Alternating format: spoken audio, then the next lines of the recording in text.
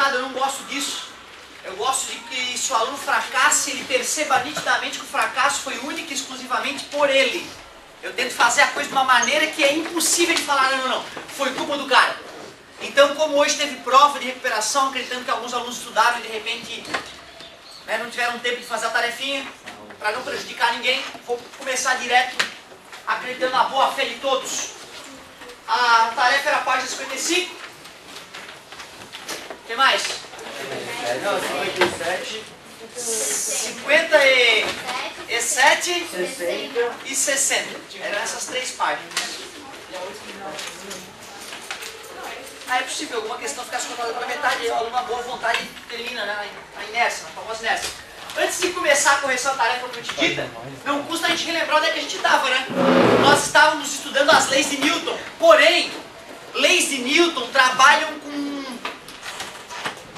com uma ideia muito importante, que é a ideia de força. Uma coisa legal de entender é que o homem criou esta ideia. Força é uma ideia que o homem criou para tentar explicar a natureza. Talvez não seja a melhor ideia, talvez um de vocês venha descobrir uma nova e revolucionária ideia para entender a natureza. Mas força, esta ideia de força tem se mostrado bastante interessante. Alguém pode, em poucas palavras, sem colar, me dizer o que é força? Força é uma entidade que causa aceleração ou deformação. Beleza. Vou completar mais alguma coisa? Legal, eu gosto do EO porque às vezes só fica clara a deformação ou a aceleração, né? Lembrando que a aceleração é mudança de velocidade. E mudar de velocidade, fazer curva com a velocidade com o mesmo valor, também é mudar a velocidade. Afinal, a velocidade é uma grandeza vetorial. Olha o vetor apontando sempre para o lado diferente. Mesmo que eu não mude o valor da velocidade, só de fazer uma curva eu estou acelerando. Que tipo de aceleração é essa? Centrípeta. A outra, que mede a mudança do valor, é a... E se eu somar as duas? Resultante. Olha como faz sentido. Olha como faz sentido. Beleza. Então nós sabemos que força é uma entidade, uma coisa. É isso. Força é uma coisa que ou muda a velocidade do objeto ou deforma. Geralmente os dois. Porque só de haver contato, ou mesmo que seja uma força de campo, lembra? Tem forças que atuam à distância, né? Mesmo que uma força de campo atue num corpo, mesmo que seja microscopicamente, ele sempre deforma. Certo? Bom, agora que nós temos essa noção começando a se desenvolver na gente, a gente pode falar da primeira lei de Newton, também conhecida como lei da inércia. Importante saber o apelido dela, que às vezes o vestibular cobra. A lei da inércia, não fala da primeira lei de Newton, fala da inércia, então tem que saber. O que é essa história da inércia? A primeira parte é fácil. Lembrando que essa lei só serve para força resultante zero. Ela se aplica nessa situação que a gente chama de equilíbrio. Força resultante zero na física é estar em equilíbrio. Nessa situação, quando a soma das forças atuando num corpo é igual a zero, lembrando que força resultante zero não quer dizer que não tenha força nenhuma atuando no objeto. Até porque, para que um objeto não sofra ação de nenhuma força, ele teria que estar no meio do espaço sideral, longe de tudo. Essa situação não nos ajuda. O que eu quero estudar um corpo isolado no meio do nada? Não me ajuda porcaria nenhuma. Eu tenho que estudar os corpos aqui na Terra. E aqui na Terra sempre tem forças. Ó, a gravitacional é uma. Então, quando eu digo que a força resultante é zero, eu estou dizendo que a soma das forças dá zero. Por exemplo, agora no meu corpo. Beleza? Nessa situação só tem duas condições para esse corpo. Só duas. Ou o cara está parado e vai continuar assim, ou MRU, e vai continuar assim, para sempre, desde que a resultante continue. A primeira parte do repouso é óbvia, cadeira parada, vai pegar parada. Um objeto parado, se começa a andar do além, pelo amor de Deus, sai daqui. Né? Não pode, tu sabe que tem coisa na tua vida que não poderia acontecer. Um copo está parado e começa a levitar. Pode? Isso é um absurdo, a resultante ele era para ser zero, ele tinha que ter continuado parado. Alguém está fazendo alguma mutreta aí para ele levantar. E provavelmente não é espírito, porque nunca detectamos um maldito espírito, apesar de diversas experiências sérias feitas. Só charlatão detecta espírito, impressionante. Se é cientista, o espírito desaparece. Que incrível. Como os espíritos são avessos à ciência, né? E aos cientistas. Bom, então olha só. Resultante zero, repouso, continue em repouso para todo sempre. Não foi o suficiente. Ah, força atuou. Se mexeu, força atuou. Se mexeu, não. Se teve cuidado com isso. Até porque, se eu pego um objeto e mantenho ele em... Quer dizer que a soma das forças é zero. Essa é a segunda parte. O coração meio que fica...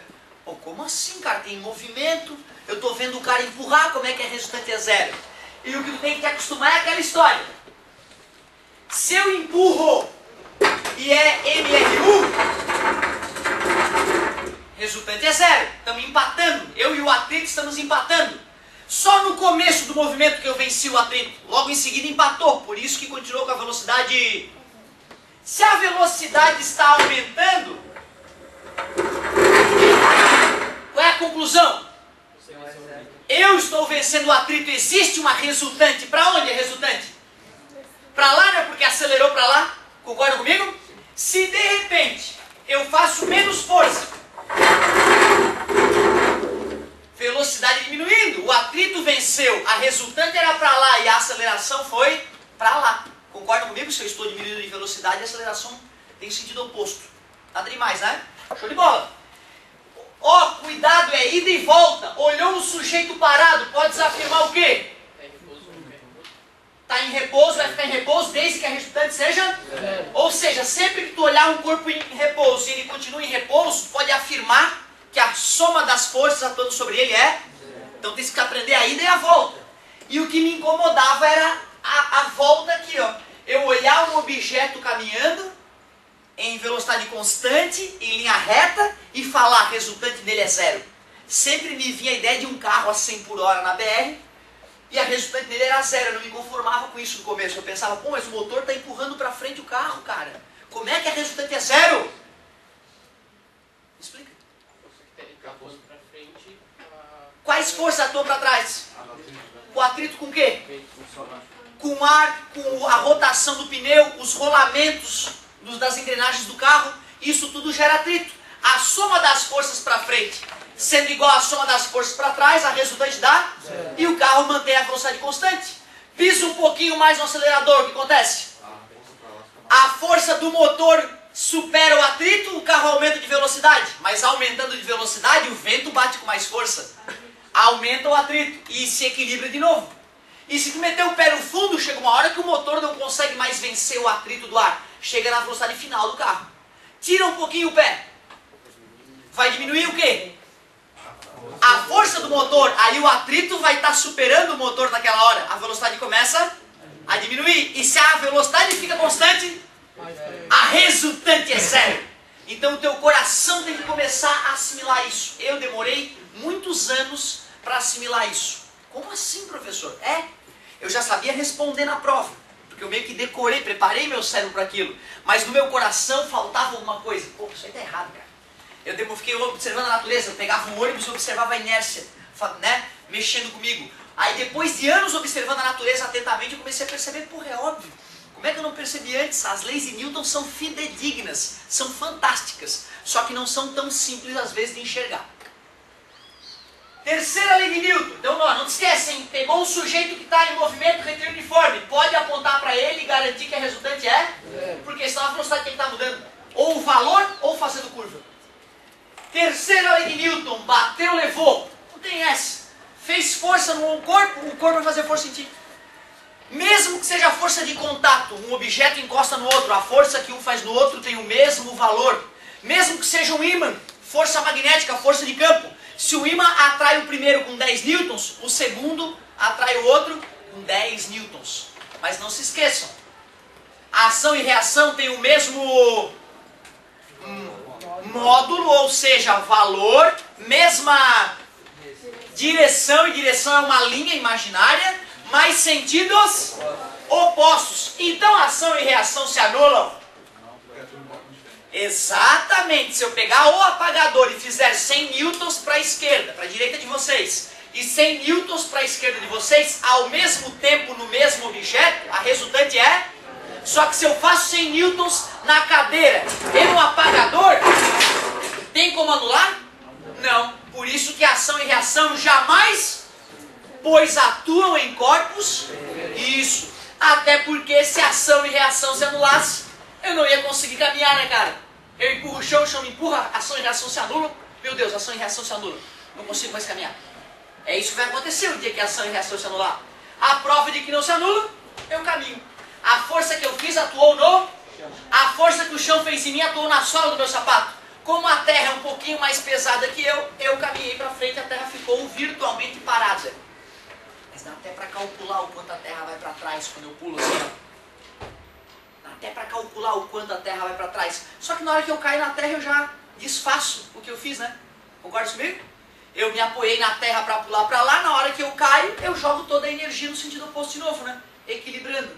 Tanto que algumas pessoas que não entendem nada de física lançaram na internet um tempo atrás o dia do pulo. Eles queriam combinar pela internet e todo mundo na Terra ia pular para o mesmo lado no mesmo momento. Dá para acreditar que criaram isso na internet? A internet é uma fonte de sabedoria, mas também é uma fonte de ignorância terrível, né? Certo?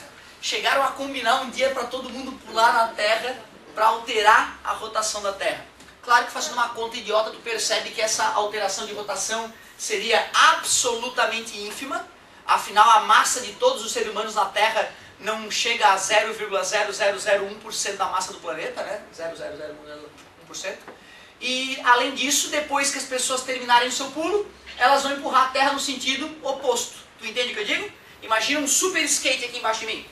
Quando eu pular para lá, eu vou estar arremessando o skate para lá, né? Mas na hora que eu caio no skate, eu faço ele parar, porque exatamente o mesmo impulso que eu apliquei na subida, eu vou aplicar na aterrissagem. Beleza? Certo? Pode pensar dessa maneira. Interessante até aqui, hein? Então, ó, ação e reação não se anulam, pois atuam mesma sentidos, atuam em corpos diferentes. Se a ação é magnética, a reação é de que tipo? Magnética. Se a ação é gravitacional, a reação é? Se a ação é contato, a reação é? Contato, ou seja, tem a mesma natureza. É isso que a gente diz sobre ação e reação. Já vamos continuar corrigindo os exercícios. Tomara que a revisão tenha sido útil.